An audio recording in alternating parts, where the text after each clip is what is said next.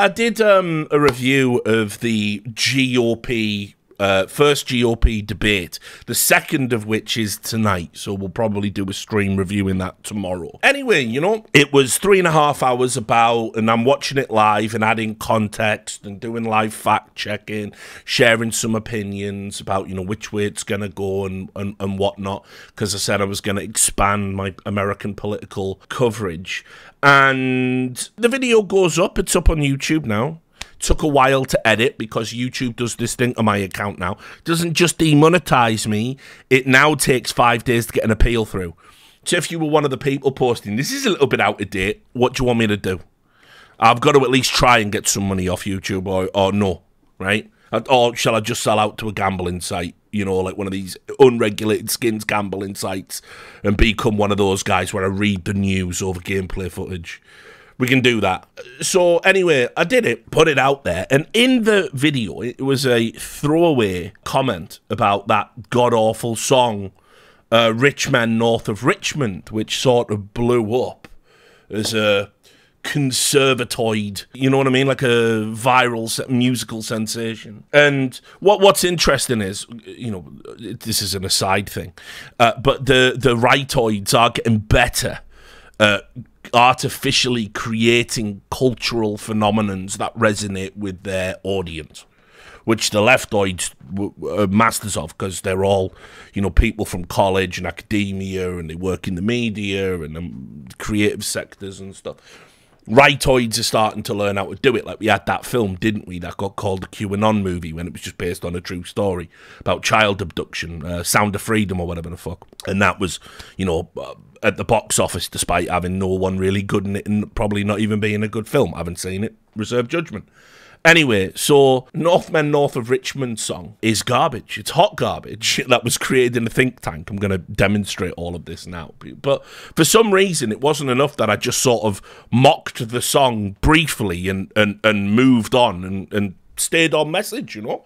No, instead, right, what happened was there was a ton of YouTube comments saying, why don't you like the song? Right, and I clipped. Remember the rule: if it happens 3 times, it's a trend. So I clipped 3 of them. This is one. I'm currently at 28 minutes in the video, and I want to inquire about your opinion about the Richmond North of Richmond song.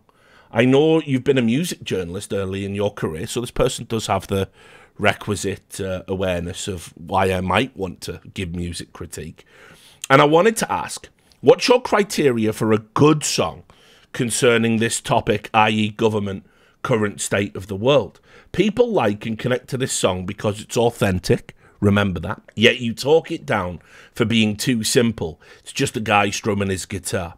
By now, having watched so much of your content, I know you consider yourself above the average intellect, yet seeing you diminish a piece of art widely appraised, even by vocal coaches, other regarded musicians and regular folk, so casually makes me feel like you are the odd one out, must be wrong then, and not the other way round. Perhaps you consider yourself too intelligent to actually like what the peons like, and hold yourself back from actually engaging in these sorts of things, i.e. viral videos and art. But this is not for me to decide. You have just made a decision there. Hope you're doing well. Seeing you in my sub box always makes my evening, even though I've just ostensibly insulted you.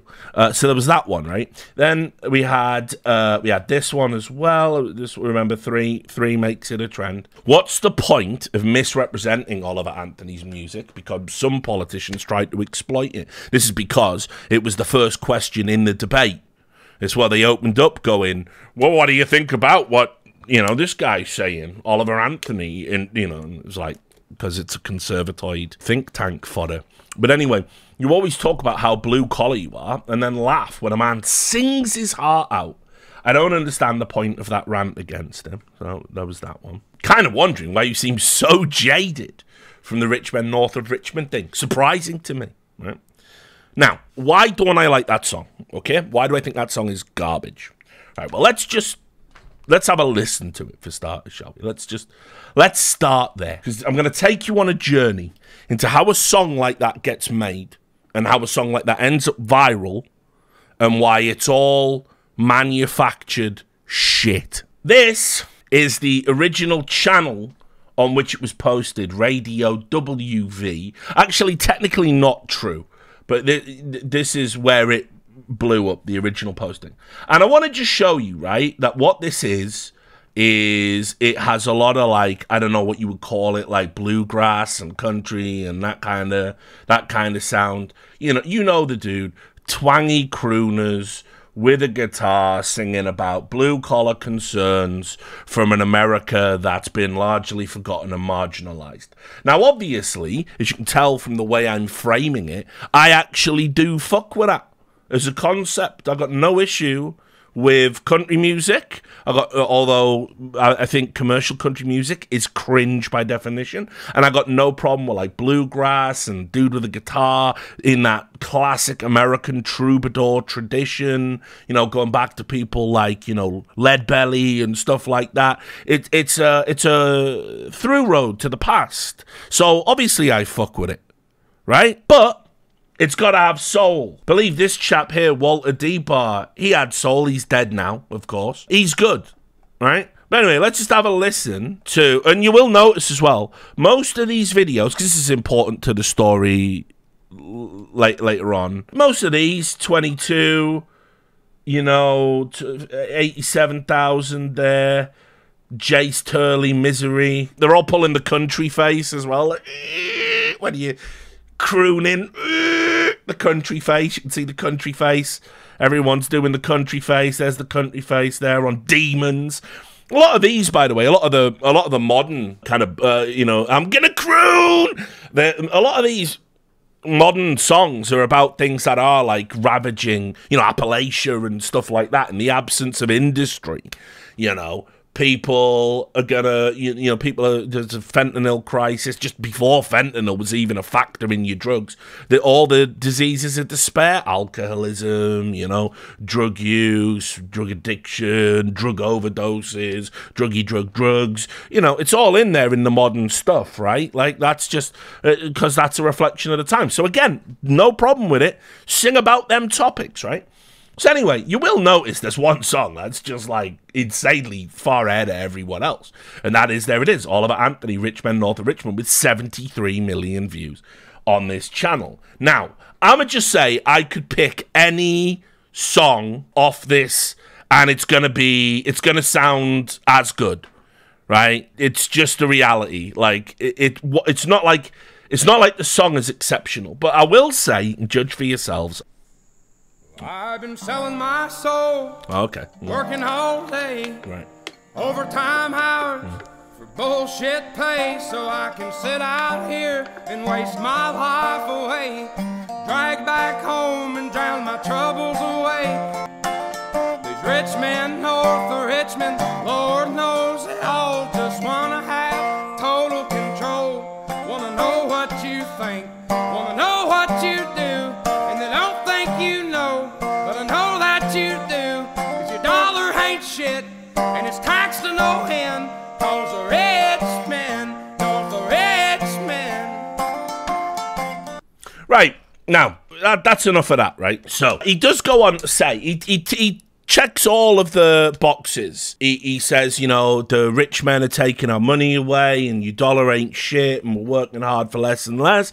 And then it sort of goes a bit weird in the middle and he starts saying, I wish they cared about minors and not minors on an island somewhere. References Epstein's Island, of course, which, you're all just supposed to forget about it because he did kill himself, didn't he? And it definitely wasn't part of the most transparent government cover-up of all time. Don't worry about it. You'll never see that client list. Just go back to bed. But anyway, so it ticked all of the boxes that rightoids like. And so obviously people thought this was like just an authentic guy who'd had enough, right?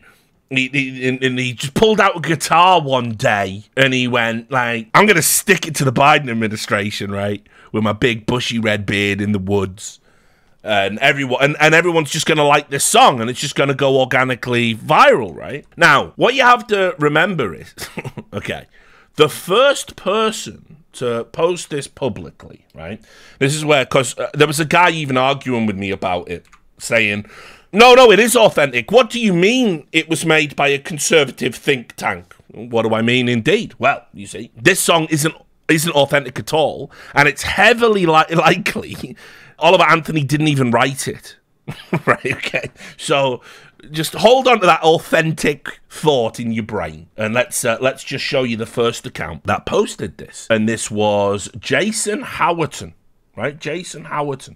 And this is what he said. He said, this song is called Richmond, North of Richmond. It has been viewed millions of times. The artist's name is Oliver Anthony. I just got off the phone with him. With his permission, I'd like to share the story he told me that moved the deepest parts of my soul. Now, this is Jason Howerton, who has Jesus is King in his bio, made millions and felt nothing. Now I'm on a mission to create a network of present fathers big enough to change the world. And he runs, among other things, he runs a group which is like for fathers to learn how to be good dads, right? He's just a nice guy, right?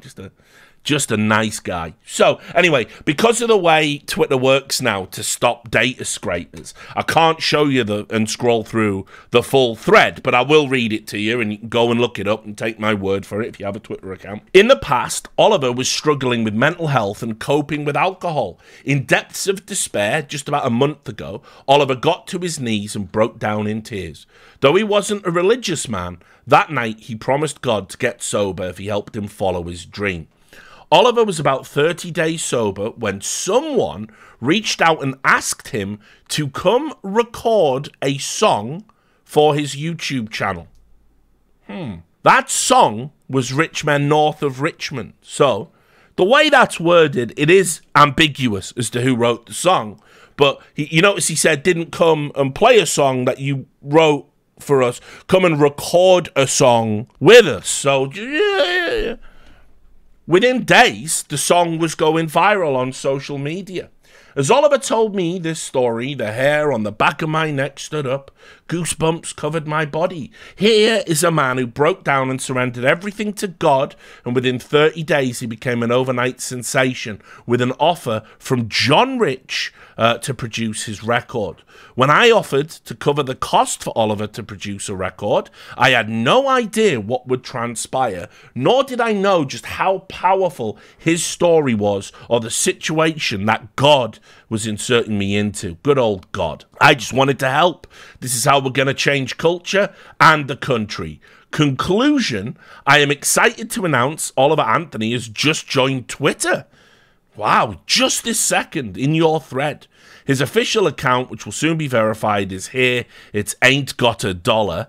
You're going to want to give him a follow. He's a songwriter, a father, and a genuinely good human being. I'm blessed to know him. Well, you know, listen, guys, I don't know about you, but there's one thing I do believe in. It's serendipity.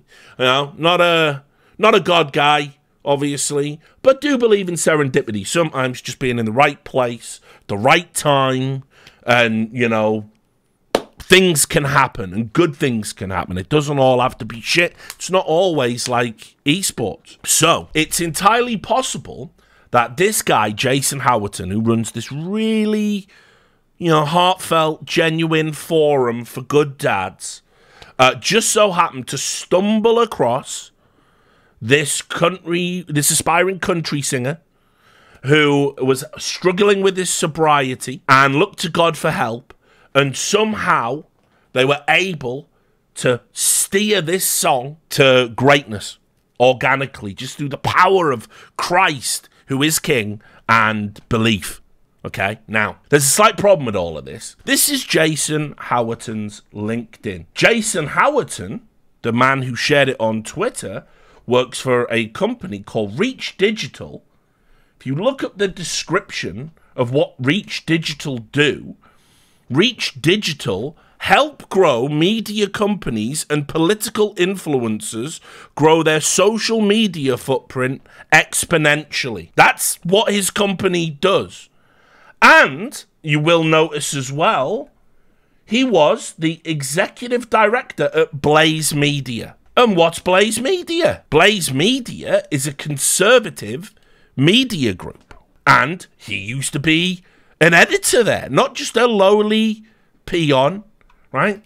An incredibly At the same time, this totally authentic, totally real, totally heartfelt song, which may or may not have been written by the guy singing it, that ticks all the boxes that the conservatoids are talking about at this current moment in time, well, what do you know? Blaze Media had something to say about it. Incredible. The rich men of the music industry will seek to destroy Oliver Anthony. They preempted his cancellation. 3 days after uploading a backyard video performance of his protest anthem, Rich Men North of Richmond, Anthony read from the Book of Psalms before an overflow crowd gathered to hear him sing. The wicked plot against the righteous and gnash their teeth at them, Anthony said, Bible and guitar in hand. But the Lord laughs at the wicked, for he knows their day is coming. Pray for Oliver Anthony. A month ago, he fell to his knees. Stop me if you've heard this one before, guys. He fell to his knees and asked God to deliver him from drinking and depression. He cried out for a purpose. It appears God gave him one. Speak truth to power. Rich Men North of Richmond calls out our nation's political elite. The politicians in the nation's capital, just a 2-hour drive up the I-95 from Richmond, Virginia. Play some lyrics, show some lyrics there. The song and video uploaded on Thursday have turned Anthony into the hottest untapped musical prospect since the Jackson 5 won an amateur night contest at Harlem's Apollo Theatre. Okay, that might be an exaggeration, I'll say, but not by much. Rich Men North of Richmond shot up the iTunes music chart, reaching #1. The video has nearly 9 million views on a tiny West Virginia radio station YouTube page. In a matter of days, his social media following exploded. He has 425,000 Instagram followers and 300,000 followers on Twitter. Every talent agency in America wants to sign the bearded crooner, I'm gonna croon, who took up singing and songwriting in 2021. Country star John Rich, among others, has offered to produce, he was probably ordered, but offered, Freudian slip, to produce Anthony's first album. Conservative influencers flooded social media with words of encouragement and support. Meanwhile, corporate media platforms quickly framed Anthony as a right-wing cult hero. They compared Anthony's acoustic ballad to the Jason Aldean's viral hit, Try That in a Small Town. It goes on about how you have to pray for him, he's going to do so well, blah, blah, blah, all the sales. Look how long this garbage is, just to advertise this song, right? So, at this point, not only is it being promoted by all the conservative journalists, all the conservative websites, Daily Caller. You know, what's that dude called? Matt Walsh, the guy who did that What Is a Woman documentary or whatever. He fucking said this is the most authentic. The reason this resonates is because it's so authentic. It's just not authentic at all in any way, shape or form. And it gets worse because, let me, I want to see if I can find this now as well. It attracted the worst of the Republican Party, right? Now, remember, this is what's hilarious about this. It's an anti-politician song, and the Republicans are trying to frame themselves as being outside of the establishment. Put it this way, if your song's being endorsed by Marjorie Taylor Greene, I don't know, maybe not great. And look, this is the anthem of the forgotten Americans who truly support this nation, and unfortunately the world with their hard-earned tax dollars and incredibly hard work. This song represents my district and the people of America I know and love. I will fight for the forgotten American every damn day. Not all Americans, I couldn't help but notice. But anyway, not just her, Carrie Lake as well, who's currently purging her Twitter account of all praise of Ron DeSantis when he won Florida, because she's trying to now go Team Trump. Whatever. I mean, she's always been Team Trump, but she's trying to pretend she never praised Ron. I'll save that for the belly of the beast. You can see here, I can't listen to Oliver Anthony's Rich Men North of Richmond without getting chills. It's raw, it's true, and it's touching the hearts of men and women across this great nation. Thank you for writing the anthem of this moment in American history. Chills. I'm just getting them chills. And obviously, you know, all the usual suspects were there as well. Benny Johnson. You know, it wasn't just politicians. Richmond, north of Richmond, is the most listened to track in the world in the past 24 hours. Not because we pushed it onto our audience of millions or anything and told them it was essential listening. This American working man's protest song has millions and millions of plays, sung by an off-the-grid farmer in the countryside with his dogs. Yep, who also just so happened to be connected to a guy that used to work at the Blaze. Interesting.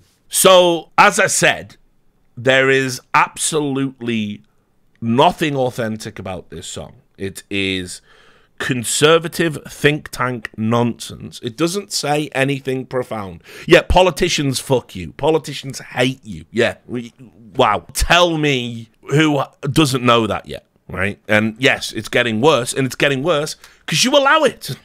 It's getting worse because you participate in the broken system. So, because, you know, you get to have a big telly and a car and a house you can just about afford. So, I don't know, guys. Look at this. Your take is kind of off. The guy is a regular dude. No one said he wasn't a regular dude. You're not listening. You're not listening. You're a moron. Go away. I don't care. 43 months, go away. Keep the money. Regular dude. Yeah, I'm a regular dude. That just so happened to get pushed by the Blaze and all these politicians and all these media companies all at once. Just a regular dude. Just a regular dude out there in the world. There's nothing manufactured about this at all, is there? It's just unreasonable, like. So, to all those morons that were sending me YouTube comments, I hope you get it now. You've been had. You're fucking stupid. I'm fucking not. That's pretty much par for the course. But anybody that thinks this is just a guy picking up his guitar and like, oh, I'm just tapped into the fucking zeitgeist all of a sudden, and it's just charted and gone to #1, and this thing has all happened authentically. You're a cretin. Advertising works on you. You're a moron. You're gullible. Wake the fuck up. For fuck's sake. Why, by the way, you would, of all the things to object to what I said during that stream, for that to be the problem, I just can't deal with it, like. It's just too much for me, like. Too much.